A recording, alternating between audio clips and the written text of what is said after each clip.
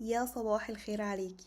حصلك مرة انك كنتي بتحبي حاجة او كنتي مرتاحة لحاجة والناس حواليكي تقولك انتي غاوية فقر؟ ده حصل معايا كتير في اكتر من موقف. يعني مثلا كنت مرة ساكنة في مكان فرحانة بيه قوي، بس الجيران كانوا بيشتكوا من المنطقة وغلاة صاحب العمارة ومشاكل في التشطيب، والمفروض يكون في كذا ويحصل كذا، وفي الطلعة والنازلة لما يشوفوا جوزي يقعدوا يشتكوا، وكتير منهم عزل وساب المكان. بس انا ما كنتش حاسه باي مشكله من اللي بيحكوا عنها دي، ولا فكرت اغير المكان واعزل. بالعكس كنت مبسوطه بيه واقول ربنا يديمها نعمه. بس في بعض اللحظات بصراحه كنت بشك في نفسي، ما يمكن انا اللي فيا حاجه غلط؟ يعني كل الناس دي حمرة وانا اللي اذكى اخواتي؟ برضو نفس الموقف ده حصل في مدارس البنات. لما نقلت شقة تانية كنت بدور على مدرسة للبنات تكون قريبة من البيت، وده كان معياري الوحيد في اختيار اي مدرسة، انها تبقى جنب البيت وبس. فكان في مدرستين، صليت استخارة وواحدة منهم اتيسرت ودي اللي قدمت فيها. بعد اول اسبوع كل الامهات زمايل بناتي كانوا بيشتكوا منها ولازم نغيرها ودي اخر سنة لينا فيها، بس انا كنت لوح تلج ولا حاسة باي مشكلة. وبرضه شكيت في نفسي، فرحت سألت البنات عايزين تغيروا مدرستكم او عندكم مشكلة فيها؟ قالوا لا.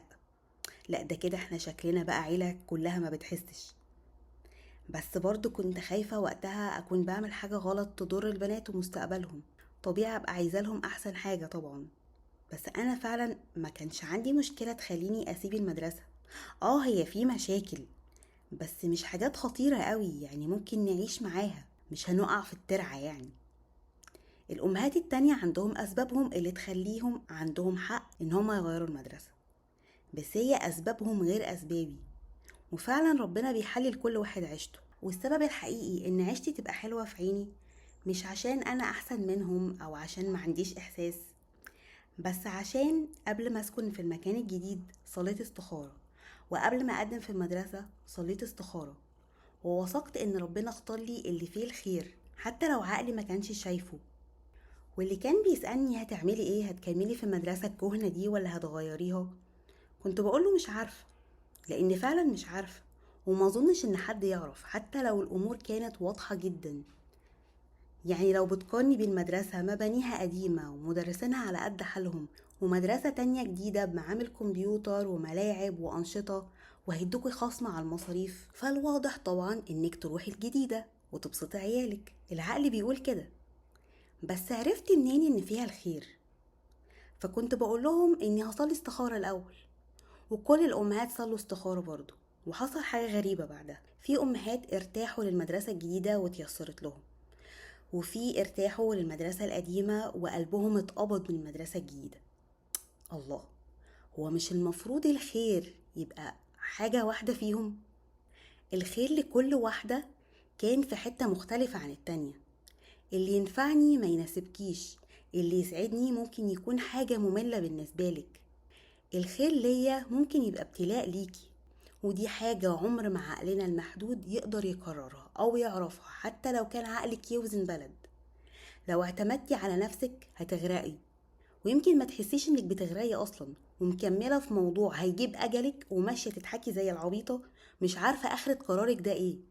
يمكن اخرته خسارة، اخرته حادثة وفقد، اخرته اهانة.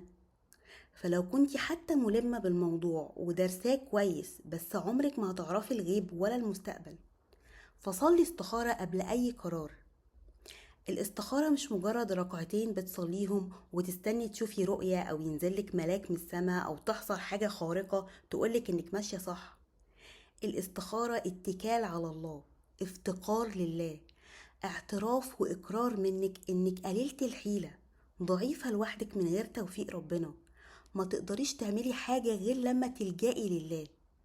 الاستخارة من تمام العبودية لله، بتعترفي بصدق انه بجد لا حول ولا قوة الا بالله. بتقولي يا رب اختار لي، انا مش عارفة اختار، دبر لي امري فاني لا احسن تدبير الامور.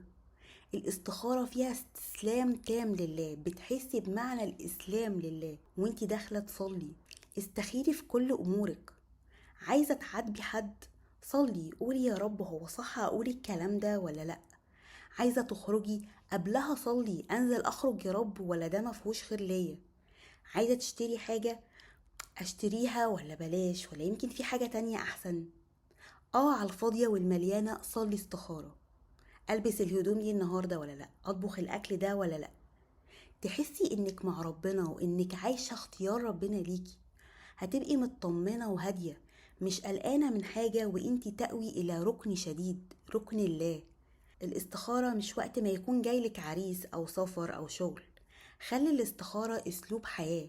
مش في مثل بيقولك عايز تحيره خيره؟ انتي تشيلي بقى من على كتافك حمل الاختيار والحيرة، وترتاحي وانتي متوكلة في حياتك على الحي النافع الضار، ربك وإلهك. ولو صليت استخارة وطلع حاجة مش على هواكي، احمدي ربنا، كنت هتلبسي نفسك في حيط لو مشيتي ورا هواكي. واوعي لو حصل مشكلة بعد الاستخارة تغلطي نفسك او تندمي على قرارك وتلوميها. في امهات من اللي راحوا المدرسة الجديدة اشتكوا من قلة تنظيم وسوء ادارة، بس مش يمكن لو كانوا فضلوا في المدرسة القديمة كان حصل لعيالهم حادثة او تعرضوا مثلا لتحرش؟ يبقى ساعتها سوء الإدارة أهون بكتير، وإنك تيجي متأخر أحسن كتير إنك ما تجيش خالص. وأشوفك تاني إذا شاء ربنا. سلام.